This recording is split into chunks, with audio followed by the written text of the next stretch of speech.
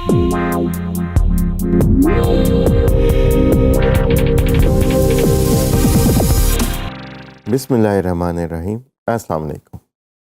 पिछले मॉड्यूल के अंदर हमने पांडास डेटा फ्रेम को स्टडी किया था कि कैसे ये effectively large amounts of data को स्टोर करने और मैनिपुलेट करने के लिए इस्तेमाल हो सकता है, और साथ ही हमने पांडास के कुछ बेसिक फंक्शंस को देखा था।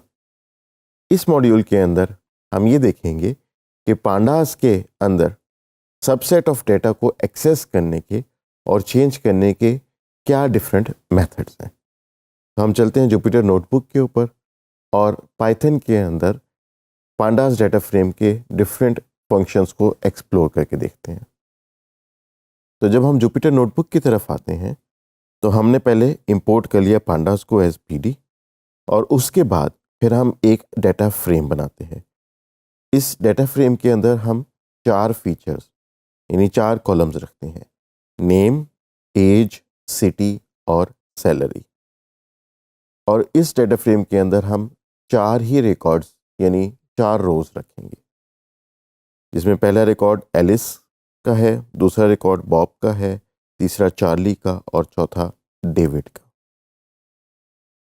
ये इन्फॉर्मेशन जब हमने डेटा फ्रेम में रख दी, उसके बाद फिर हम डेटा फ्रेम को प्रिंट करके देखेंगे कि ये इन्फॉर्मेशन कैसे स्टोर होती है। तो हम इस कोड को एग्जीक्यूट करते हैं मॉड्यूल बाय मॉड्यूल। अब इस मॉड्यूल को हमने जब एग्जीक्यूट किया तो आप देख सकते हैं कि हमारे पास डेटा फ्रेम बन चुका है, जिसके अंदर 4 कॉलम्स हैं और 4 रोज हैं।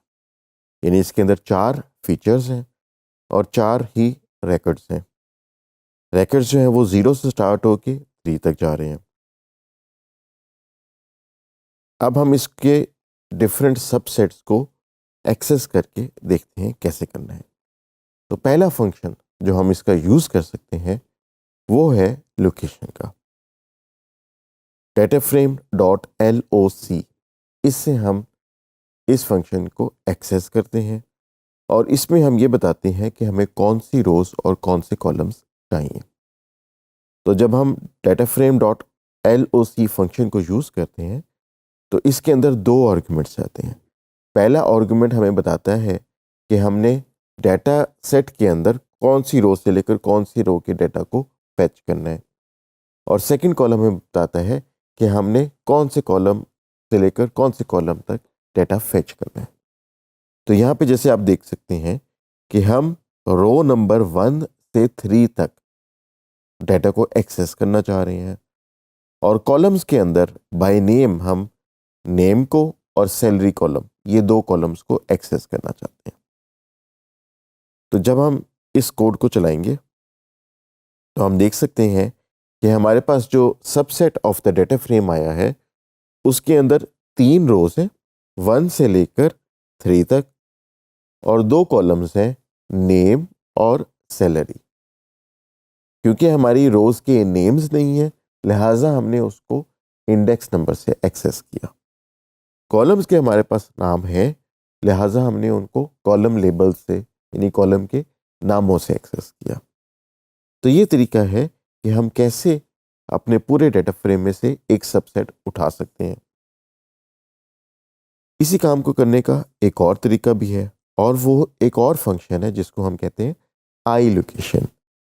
तो data frame dot I location जो है उसमें भी हम पूरे डेटा फ्रेम का एक सबसेट लेते हैं, लेकिन based on the index numbers. तो यहाँ पे हमने जो रोज बतानी है वो भी इंडेक्स नंबर्स में होंगी, और जो कॉलम्स बताने हैं वो भी इंडेक्स नंबर्स में होंगे।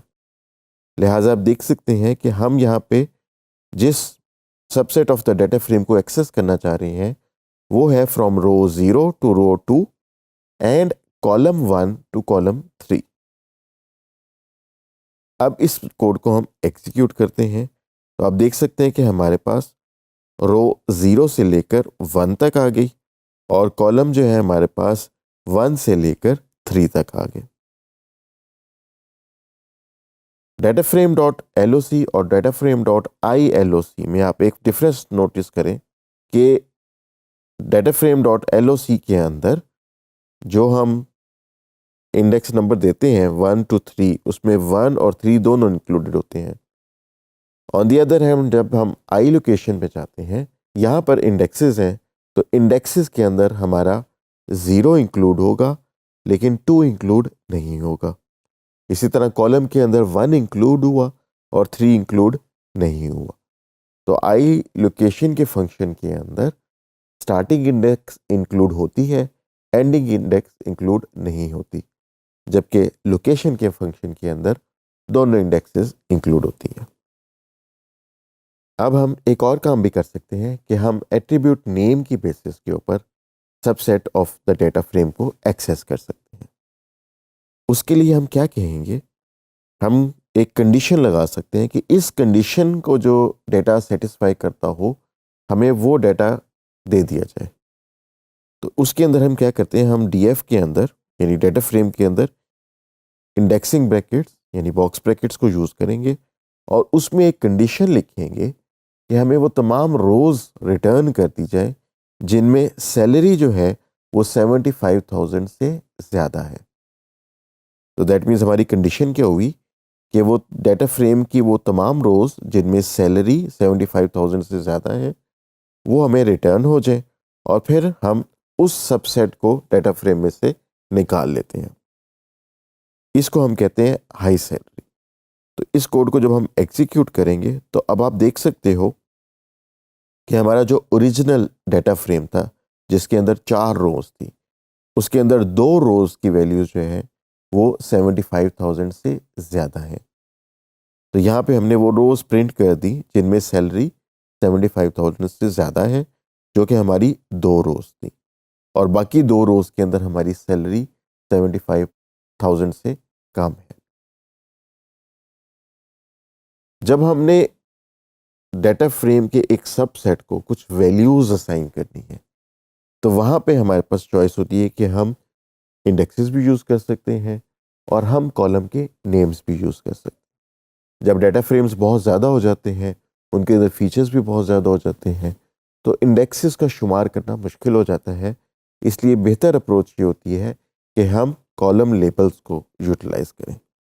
तो यहाँ पे हम देखते हैं कि हम कॉलम लेबल्स को यूज़ करके किस तरह से डेटा को मॉडिफाई कर सकते हैं।